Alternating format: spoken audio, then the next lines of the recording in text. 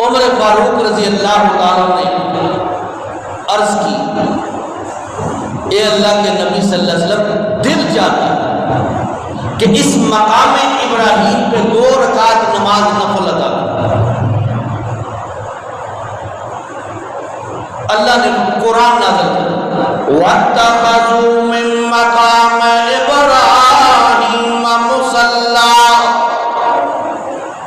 وَاتَّخَذُوا مِن مَّقَامِ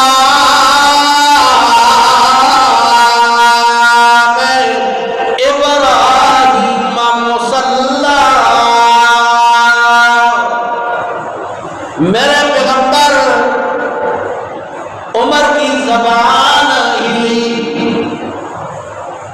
عمر نے زبان سے یہ الفاظ نکالے کہ مقام محبوب مقام ابراہیم پہ 2 رکعت نماز ادا کرو۔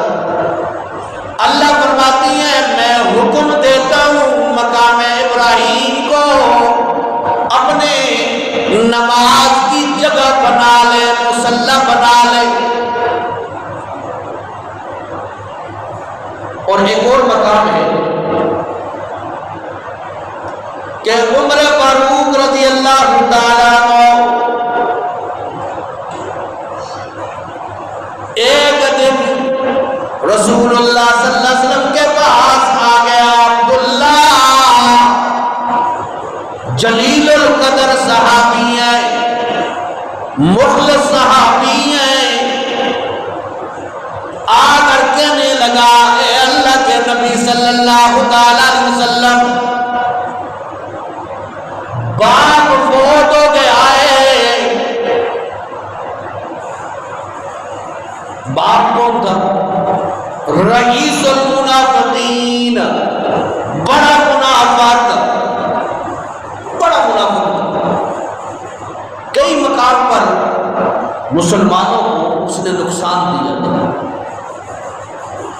اے اللہ کے نبی صلی اللہ علیہ وسلم، باپ فوت ہو گیا ہے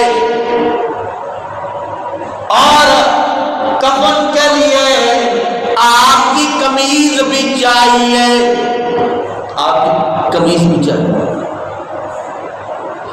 قمیض بھی چاہیے، جنازہ بھی آپ پڑھائیں گے۔